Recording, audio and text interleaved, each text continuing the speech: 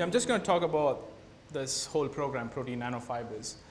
Now, this program has been running for the last 7 to 8 years, I think, and it was it's been 50-50 collaboration between previously it was Crop and Food, now it's Plant and Food Research and University of Canterbury School of Biological Sciences, but now we've got Biomolecular Interaction Center. So Professor Juliet Gerard and Nigel Larson from Plant and Food, they were the first ones to start this program. I joined to manage this project last year, 2010. So it's been 2 years that I've been managing this. So one of the objectives of this whole program is to see some commercial outcomes. So we wanted to know more about bio-nanotechnologies and what we can do, what kind of applications we can come up with. What I'm going to do is first give you all just a general background of what the program is all about, what we are trying to do, what we have achieved so far, and what are the applications that we are looking at. And then I will talk about the advantages of being in a university system, when it's on the collaboration between CRI and university. And then I'll finally talk about as Bill mentioned, the frustrations and gaps in the problems what I have experienced in the last 2 years. Now, our project, it mainly deals with protein nanofibers. I don't want to go into too much of science here, but as a general thing, each and every protein, we can say that it's got this ability when they're subjected to denaturing conditions, like high temperatures or low pH, they seem to self-assemble into polypeptide aggregates with cross-beta conformation. I don't want to go into detail about cross-beta conformation, but they end up something like that. And they're found in nature as well. And the best example for that is silk. Silk has got a cross-beta conformation, spider silk. It's made up of protein. And we've got some bacteria which have got protein nanofibers, or amyloid fibrils are what they call, which tend to help them recognize for surface-surface interactions. So usually what happens is you have got a protein, you put it through some denaturing conditions, they form a single fibril, and then they start intertwining, and they finally make larger, higher-order structures to form rope-like structures, or what I call, into bigger nanofibers. So what makes them special?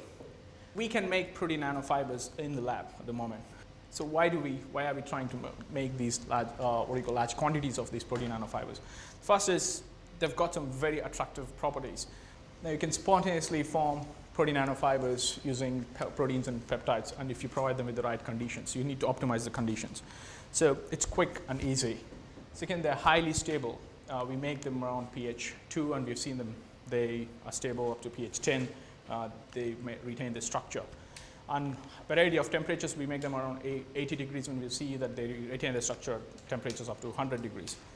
And another very important is they are biological in origin, they're made up of proteins, but proteolytic enzymes or proteases are the enzymes which break down other proteins. They usually don't seem to break them down, so they still retain the structure when you put them with proteolytic enzymes.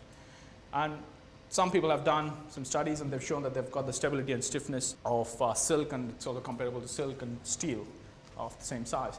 And the most important property is these are proteins, they've got amino acids, so you've got all these functional groups, so you can tune the properties, or you can add, or you can functionalize, add other things, or immobilize other enzymes. You can attach different things to these. So these are nanofibers to which you can change their properties. If you give it to a chemist, they'll come up with different ideas to functionalize these nanofibers. And they have the ability to form highly ordered structures. Now, another thing that we have seen is they've got this ability to form high ordered structures, leading to formation of a network of filaments, gels, and we see this whole forest. I'll show you some pictures later. So they've got all these attractive properties. So what can we do with it? What are the applications? So this area, protein nanofibers, making them in the lab and looking at applications, it's still in its infancy is what I have to say. It's been the last 10 years or 8 to 10 years that people have started looking into these, and in the last 3-4 years that the publications have started going up and people are looking into these. So how do they really look like under TEM, transmission electron microscope? As I mentioned, they seem to, you can see the intertwining there, and then they seem to intertwine more to form bigger, larger rope-like structures. And we've got about maybe 30 or 40 of nanofibers coming in to form bigger structures. So we think, okay, they'll have good strength. We can do different things to them. So when Juliet and Nigel, when they were planning this project, they thought, okay, what are the potential applications of protein nanofibers? So they came up with this tree. They said, okay, if they've got strength, stability, and you've got activity, functionality, so what can we do with them? So strength, can we make new coatings or new fibers, new kind of biofibers, or conductivity, can we have nanowires? And when it comes to biosensors, as we all do, all we researchers do, we can dream. We like to dream. We can think of a number of opportunities. Think, oh, it will work here, it will work here. So that's what they did. But that was a very good exercise because they could think of different applications. We really don't want to go here because when it comes to foods, it's always a bit tricky when you're drugs or foods. If anything is getting ingested into human body, then it creates a lot of problems. So they decided that we'll stick to some of these applications and see what they can do with it. So at the moment, there are a number of different applications that are being explored around the world.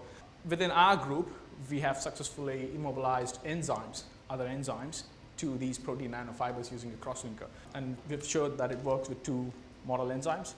And there's a group in Cambridge who, what they're trying is they're trying to sandwich these fibril, that is what we call nanofiber hydrogel, between 2 layers, and they've shown that they have comparable strength when you sandwich carbon nanofibers between those 2 polymers. They've shown that you can make, but it's just, as I said, these are all just proof of concepts. It's just very small scale. And there's another group in Korea who've done amyloid hydrogel. They prepared a hydrogel for using entrapping, for enzyme entrapment. And Laura here, for PhD students, she's looking at nanowire applications of nanofibers. And there's this group in Israel who have looked at self-cleaning windows with peptide nanotubes. They use peptides. These are the peptides that they synthesize in their labs, just a dipeptide, and they can use, I think, vapor deposition techniques to make these forest of nanotubes. And they say we can, their claim is that in future they'll make self-cleaning windows. And this is a recent paper that's come out. Is they use protein nanofibers for making high-performance biofibers using some polyion complexation. I really don't know much about that method, but they've used protein monomers and they've turned into protein nanofibers, and then they have started used for wet spinning of biofibers. So that's worked as well. So as you can see, there are a number of applications. But the main problem is, how are these protein nanofibers made in the lab? For the last quite a few years, what people have been doing when they're testing their proof of concept is they start with the pure protein, usually insulin, and they optimize their method for the self-assembly process, and they get their protein nanofibers in the solution. Or, as I mentioned about the self-cleaning windows there, they synthesize their own peptides. Again, they optimize the method for self-assembly, maybe high temperature, low pH, and they get their peptide nanotubes. But there's a problem there. If you're starting with pure protein, it's expensive, and then you get a product which is a lot more expensive, and then you use that for different applications, then you're ending up with a very expensive product there. The same with here, with peptide nanotubes, we've recently learned that they also have solubility issues. They are soluble in a number of solvents and even water, but our protein nanofibers are a lot more better. So that's also expensive. So Juliet, when they were thinking of planning this project, they decided, okay, we'll look into how we can make large-scale quantities of protein nanofibers. So that was one of the jobs that I was going when I started, is that can we come up with a method, can we optimize a method which can be scaled up for large-scale quantities. So we didn't want to use pure proteins. We wanted crude mixtures. So we looked at eye lenses. Before I started, they had looked at bovine eye lenses, sheep eye lenses, because eye lenses are made up of a single family of proteins called crystallins. So, and they're 90% protein, so you don't have to take it through any purification process. So you can usually take them, make a smoothie out of them, put them in a blender, and then you get your crude mixture of protein and self-assembly process. So we started looking into fish eye lenses and hockey eye lenses in particular, because I don't know how many of you know hockey, New Zealand hockey, which is used for all McDonald's fish burgers, I think all around the world. It's about 110,000 tons of fish every year we get hockey. And hockey fish heads are waste. It's only the fillets which go into different things. So they are just going to other animal feeds. So that was a waste product. So we wanted to look whether can we use the waste product from seafood industry. That's quite a lot, 110, 120,000 tons. So we started extracting islances from hoki, and we optimized the method, which was very quick. We don't have to take it through any protein purification method, take it through the self-assembly process, which is about a day, 24 hours, and we get our protein nanotubes and nanofibers. So we did that on the lab scale, and then we optimized the method we now can make liter quantities of these nanofibers. So we have fulfilled one objective in the whole program is we'll have a scale-up method in place for making large quantities of these protein nanofibers. So we have done that, but now the question is, what are we going to do with it? We've got bucket loads of protein nanofibers. What do we do? So this is how our protein nanofibers from fish islands look like. They're beautiful fibers. We get these results every time we have checked the reproducibility of the method. There's no problem at all. So we get large quantities. But as I said, it's always the question that's been haunting us. What do we do with it? We've been looking at, as I said, a few applications attaching enzymes, and I'll talk about some of the applications in the next few slides. And these are some of the large-scale quantities that we've made, and that's how they look like. They should be nano, but you look at them, they form these jellyfish-like structures, jellyfish-like structure. And when you dilute them, look under TEM, this is what you get, lovely pictures of protein nanofibers.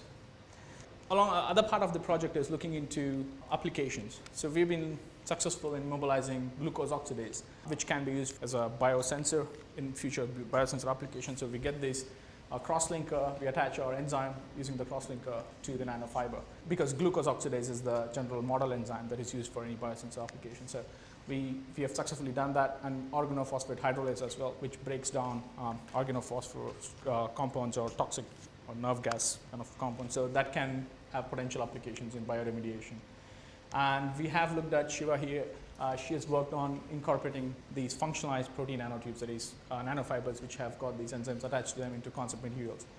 And this is a recent one, which we are quite excited about, is we are trying to attach protein nanofibers to glass beads, and we are trying to attach enzymes to these nanofibers, or attach the enzyme to these nanofibers and attach them to the glass beads. The idea behind that is if we can come up with a method where, especially we're looking at this TEV protease, which is an enzyme which is used in all protein biochemistry labs around the world. It's quite an expensive enzyme. It's very difficult to express and purify. It's quite expensive. What the plan is, if we can take a single bead and we can drop it into a test tube which has got the his-tagged enzyme, we can cleave the his-tag from the protein, and we take the bead back, wash it, and use it another time. So that's the idea behind it, which we think will be really good if we can. And we've had some success in that one. And Laura has worked with people in Denmark to see if they can immobilize protein nanofibers between microelectrodes. So there are a number of different applications. Now the main problem for me is we want to see whether we can commercialize this, or is there any chances that we can take this to the market, or is there anyone in the industry who is interested in it. But for that, we tried presenting this to a venture capitalist, the group from Auckland. We gave them the presentation. They said, oh yeah, we've got a lovely method, but you don't have a product. You don't have one particular application which is ready. So okay, we said, okay, what are we going to do with it? And they asked, what about your IP for the method? So we have got this Anya here, or she's Anya. They did an FTO about 3 years back, and they said, you don't have a strong IP position, but you need to look at trade secret, keeping it a trade secret. And that's exactly what came out of another report as well. So we have made sure that we keep it a trade secret. We have come up with a trade secret protocol. We have tried to make sure that not many people know about it. We have tried to document it. So everything. But I still feel that it's very difficult for us to commercialize this without a proper application. So just to give you advantages of being in the university, being part of the CRI system on the university.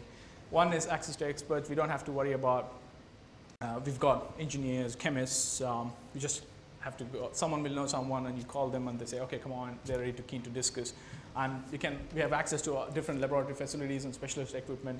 And here, being in the university, it's quite nice because you don't have to give them job codes and say, you charge it to this job code. People are key.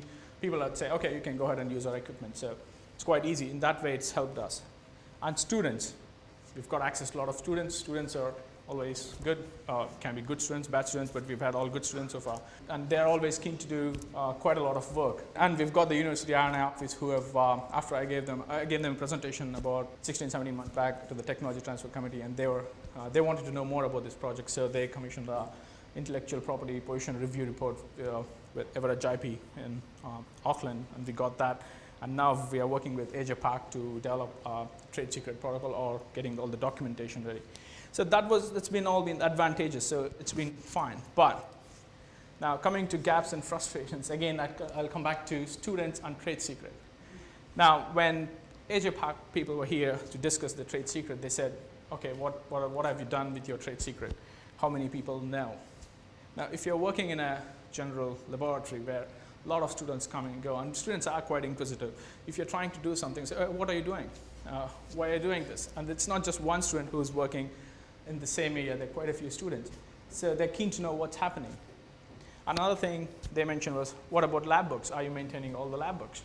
Yes, we are, but it is not easy to get students to write lab books every day. They sometimes just scribble it on a piece of paper, some of the experiments that they do.